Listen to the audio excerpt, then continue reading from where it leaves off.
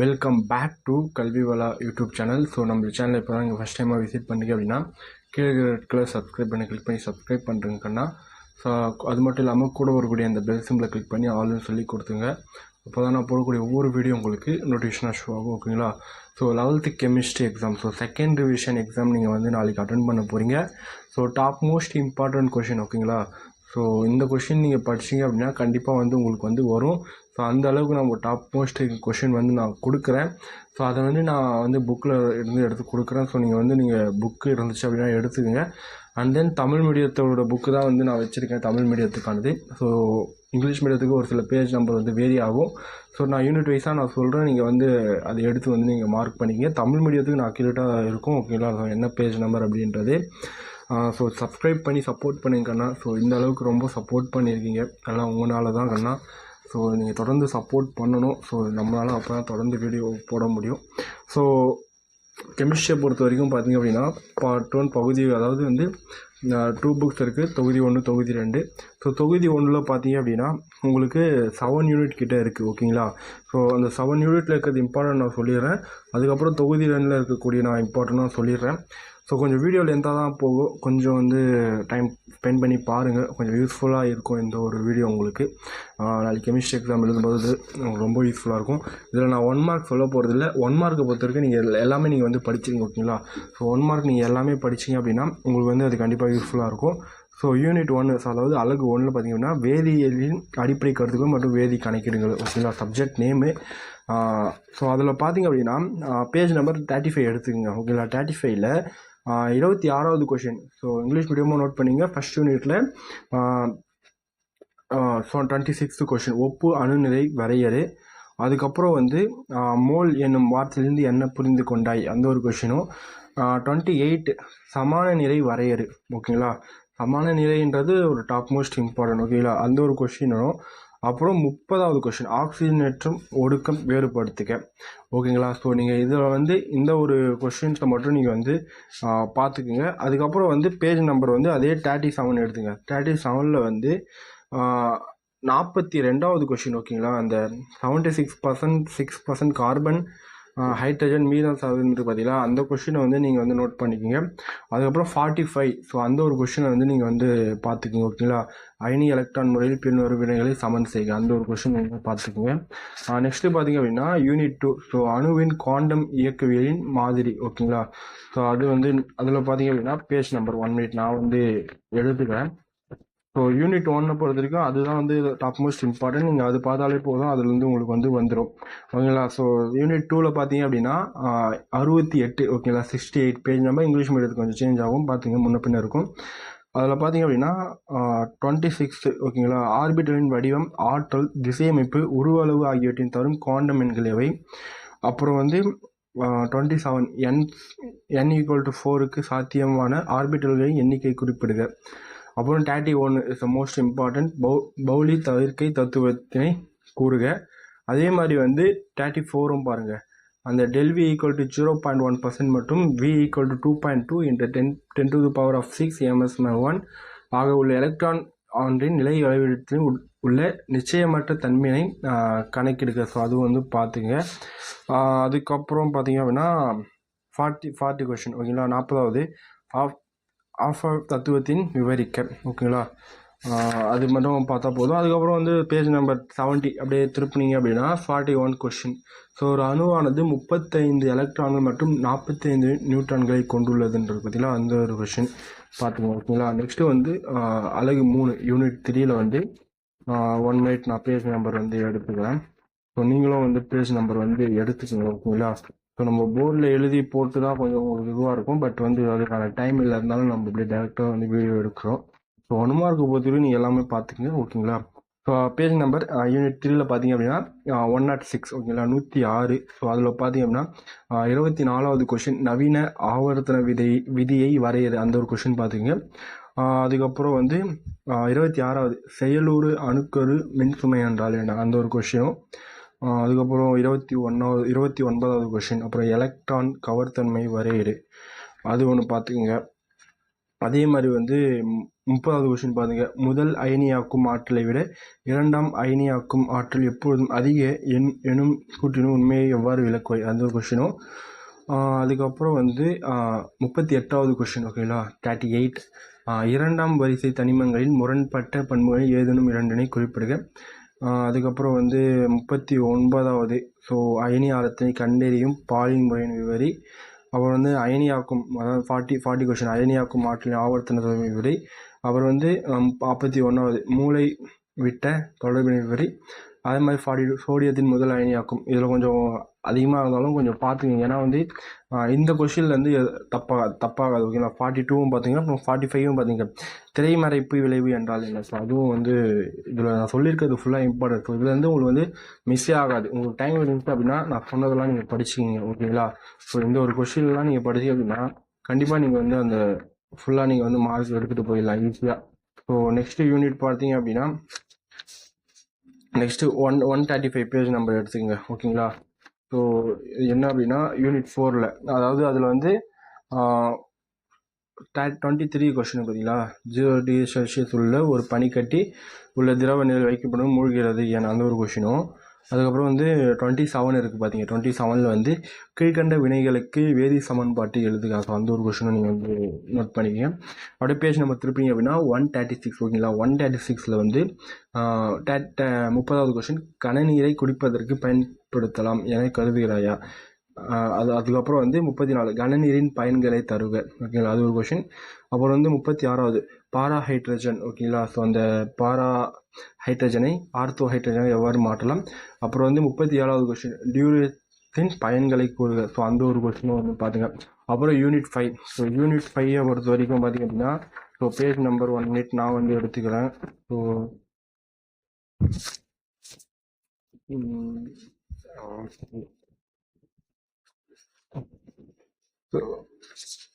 அதுக்கப்புறம் அதான் page number பார்த்தீங்கன்னா 169 ஓகேங்களா. ஸோ அதில் வந்து 26 நீரில் சோடியம் ஹைட்ரேஷன் கரைத்திறன் சோடியம் குளோரைன் கரைத்திறனை விட அதிகம் ஏன். அது அப்புறம் வந்து 27வது கொஸ்டின் பார்த்தீங்க, தூள் பூத்தல் அதாவது என்பதை விளக்குக ஓகேங்களா. ஹெஃபர்ட்ரோசின்ஸ் என்பதை, அதாவது இங்கிலீஷில். அப்புறம் வந்து இதில் வேறு வந்து இம்பார்ட்டன்ட் பார்த்தீங்க அப்படின்னா, இந்த இது இருக்குது பார்த்தீங்களா 39 ஓகேங்களா, வெள்ளியம் மற்றும் அலுமினியத்துக்கான ஒத்த தன்மை விவரிக்க. அப்புறம் வந்து 41வது கொஸ்டின், பாரிஸ் சாந்து எவ்வாறு தயாரிக்கப்படுகிறது. 42வது ஜிப்சஸின் பயன்களை தருக. ஸோ அந்த ஒரு கொஸ்டின் வந்து நீங்கள் பார்த்துக்கலாம் ஓகேங்களா. ஸோ அடுத்தது வந்து யூனிட் 6 ஓகேங்களா. யூனிட் 6 பொறுத்த வரைக்கும் ஸோ அதோட பேஜ் நம்பர் 1 மினிட் நான் எடுத்துக்கிறேன்.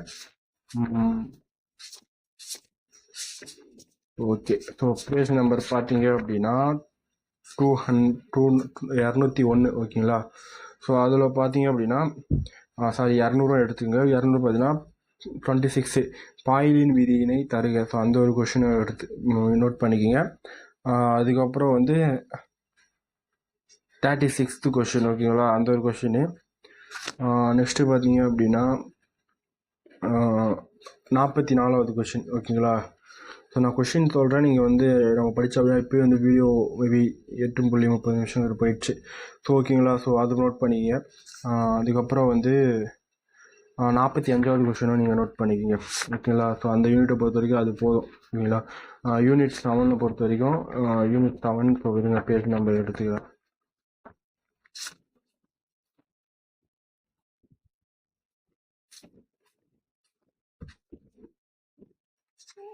ஸோ யூனிட் 7ல் பேஜ் நம்பர் பார்த்தீங்கன்னா 249 ஓகேங்களா, 249. வெரி இம்பார்ட்டன்ட் சொல்ல அந்த கொஸ்டின் 26 வெப்ப இயக்கவியலின் முதல் விதியை கொடுங்க. அப்புறம் வந்து அந்த ஹெஸ்ஸி, அது 27 ஹெஸ்ஸின் வெப்பம் மாறா கூட்டல் விதியை வரையறு. அப்புறம் வந்து அதில் பார்த்தீங்க அப்படின்னா அப்புறம் 33வது கொஸ்டின் ஓகேங்களா, எரிதல் என்தால்பியை வரையறு. அப்புறம் 34வது கொஸ்டின் இம்பார்ட்டன் தான், மோலார் வெப்ப ஏற்பு திறன் வரையறு, அதன் அழகு யாது. இப்போ 37வது கொஸ்டின், படிக்கூடி ஆற்றல் என்னால் என்ன. ஸோ அந்த ஒரு கொஸ்டின் அது வந்து நீங்கள் நோட் பண்ணிக்கங்க. அதே மாதிரி 42வது அதுவும் ரொம்ப இம்பார்ட்டன்ட், வெப்ப இயக்கவியலின் 3ஆம் விதியை கொடுங்க. ஸோ அந்த ஒரு கொஸ்டினும் வந்து ரொம்ப இம்பார்ட்டன்ட். ஸோ இந்த ஒரு கொஷின் வந்து ஸோ நம்ம பார்த்தது வந்து தொகுதி 1ல். ஸோ இது வந்து உங்களுக்கு ரொம்ப இம்பார்ட்டன்ட் ஆகும் 7 யூனிட்டு. ஸோ நெக்ஸ்ட்டு பார்க்க போகிறது வந்து தொகுதி 2. ஓகேங்களா. ஸோ இதில் நான் என்னென்ன இம்பார்ட்டன்ட் கொஷின் இருக்குது அப்படின்றது நான் வந்து இதில் வந்து சொல்லிடுறேன். இதுலேயும் பார்த்தீங்கன்னா 15 வரைக்கும் இருக்குது. அழகு 8லேருந்து ஸ்டார்ட் ஆகுது. ஃபஸ்ட்டு வந்து இயர் மற்றும் வேதி சமநிலை. ஸோ புக் எடுத்துக்கோங்க, எடுக்கலை அப்படின்னா. ஸோ நான் வந்து இம்பார்ட்டன்ட் வந்து நான் சொல்லிடுறேன். இந்த ஒரு இம்பார்ட்டன்ட் கொஷின் வந்து உங்களுக்கு வந்து பப்ளிக்லையும் கண்டிப்பாக யூஸ் ஆகும். ஸோ நான் இதை வந்து நான் ரிடியூஸ் பண்ணி நான் ஒரு இதுவாக வந்து நான் போட்டுக்கிறேன். ஸோ பேஜ் நம்பர் வந்து எடுத்துக்கங்க, 27 எடுத்துக்கங்க. ஓகேங்களா. தொகுதி 2ல். ஸோ புக் 2ல் வந்து first unit 27, 26th question. So அந்த ஒரு கொஷின், அப்புறம் 27, அப்புறம் 28, அப்புறம் 30, அப்புறம் 32, அப்புறம் வந்து 34 அந்த நிலைத்தாக்க விதியின் வரையுது. ஸோ கொஷின் நம்பர் சொல்கிறேன், வீடியோ ரொம்ப லென்த்தாக போகிறதுனால. அப்புறம் 35 பார்த்துங்க. அப்புறம் 38, 37 கேட்பாங்க ஒரு டைமு. அதுக்கப்புறம் பார்த்தீங்க அப்படின்னா இதில் 48 பார்த்துங்க. ஓகேங்களா. 48ம் 49ம் பார்த்துங்க. ஸோ அந்த யூனிட்டை பார்த்துக்க அவ்வளோதான். யூனிட் 9ல் பார்த்தீங்க அப்படின்னா ஸோ 1 மினிட் நான் பேஜ் நம்பர் எடுத்துக்கிறேன்.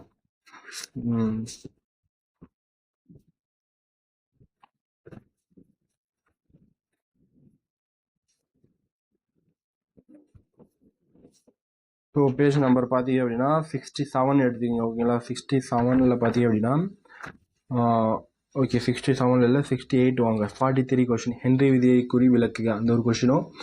அதுக்கப்புறம் பார்த்தீங்கன்னா 37ல் வந்து ஐசோடோனிக் கரைசல் மற்றும் சொற்பத்தை வரையுது. அப்புறம் 39 கொஷின். ஓகேங்களா. அந்த யூனிட் பொறுத்த வரைக்கும் அது போதும். அப்புறம் யூனிட் 10ல் பார்த்தீங்க அப்படின்னா வேதி அமைப்புகள். So subject 3. ஸோ 1 மினிட் நான் பேஜ் நம்பர் வந்து எடுத்துக்கிறேன்.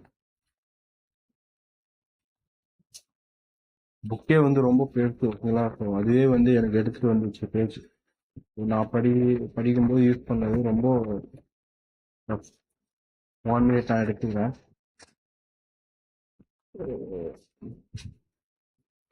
ஸோ ஓகே பேஜ் நம்பர் பார்த்தீங்க அப்படின்னா 117 எடுத்துங்க. 117 பார்த்தீங்க அப்படின்னா 35 கொஷின் பார்த்துங்க. 35 அப்புறம் வந்து 180ல் 118 கொஷின், அதாவது பேஜ் நம்பர் எடுத்துங்க. அதில் பார்த்தீங்க அப்படின்னா 39 எடுத்துக்கங்க. 39 கொஷின், 44, அதுக்கப்புறம் வந்து 46. அது மட்டும் நீங்கள் படித்தா போதும். அப்புறம் யூனிட் 11ல் அழகு 11ல் பார்த்தீங்க அப்படின்னா பேஜ் நம்பர் சொல்கிறேன்.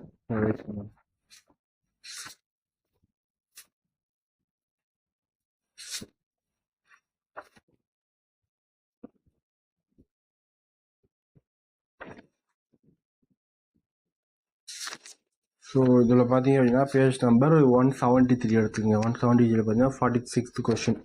ஓகேங்களா. அதுக்கான ஆன்சரும் 149ல் இருக்கும்னு நினைக்கிறேன், தமிழ் மீடியம் ஸ்டூடெண்ட்ஸ்க்கு அதோட கொஷினோட ஆன்சர். ஸோ அதில் நோட் பண்ணிச்சு, அதனால சொன்னேன். அதுக்கப்புறம் வந்து யூனிட் 12 எடுத்துக்கங்க. யூனிட் 12ல் பார்த்தீங்க அப்படின்னா பேஜ் நம்பர் 1 மினிட் எடுத்துக்கிறேன். பேஜ் நம்பர் பார்த்தீங்க அப்படின்னா 193 எடுத்துக்கங்க. ஓகேங்களா. 193 அதில் வந்து 17. ஓகேங்களா. 17 கொஷின், 17ஆவதும் அப்புறம் 19வது கொஷினை நீங்கள் நோட் பண்ணிக்கோங்க. அப்புறம் யூனிட் 13ல். ஸோ யூனிட் 13ல் பார்த்தீங்க அப்படின்னா